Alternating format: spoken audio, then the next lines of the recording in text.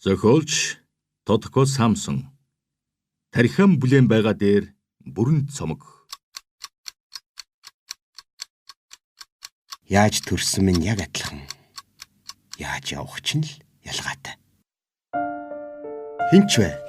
Чи би ялгаагүй. Хүслийн очноос үсэрч хүн биеэ хатан хөвлөд бүрэлдүүлээд хөлөөрөө бас цулаагаараа халуун манаас доошоо унаж дээш өссөн. Хүссэн ч хүсээгүй ч нэг л хаалгаар хорвоо ертөнц рүү орж хөөгдөж гарахтаа гуйсан ч гуугаагүй ч ганц л замаар буцна. Хүйтэн чулуу дээрээ босгоод доошоо шингэх хуйлтай. Үе түн эд эсэн дундаас өтрээний амсраар төрүүлж ороод сүулт нь гарсан бол үнэндээ хизээ дөрсөн хизээ хэлсэн гэдэг нь биш.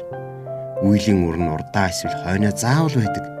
Үрдийн цаг хугацааны өчүүхэн нэг хэсгийг хизээ гэдэг болохоор өөрөө чи хэн бөгөөд хизээ юм.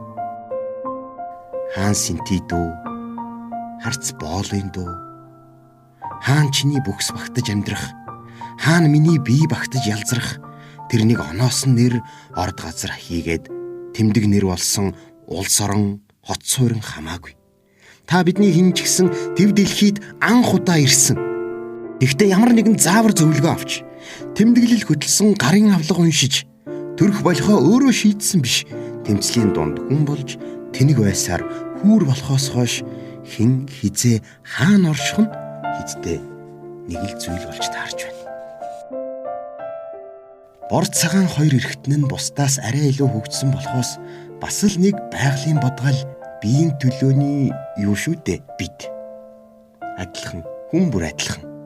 Аварч, алж, алдаж, онож, бүтээн байгуулж, байсныг үгүй хийж, бурхан чөтгөрийн аль нь ч болж болно. Альва хүн өөрийн цаг хугацаанд юу болох, юуг сонгох сонголт байдаг болохоор хэн, хизээ, хаана, юу хийх нь хамгийн гол учир. Яаж төрсөн минь яг адилхан. Яаж явах ч нь л ялгаатай. Яагаад цөөхөн түүхийн хуудсанд мөнхөрч ялгаагүй тэдний адил хүн атлаа зарим нэг нь ялаа шумуул өт хорхой шиг ялахгүй амьтай шалахгүй замтай дуустдаг юм бэ? Яаж хайрлсан, яаж хичээсэн, яаж хүссэн, яаж хийсэн бэ гэмээн яахын аргагүй эцсийн үр дүн хэн, хизээ, хаана, юу, яаж гэдэг хүн гээчийн мөнхийн мөн чанар.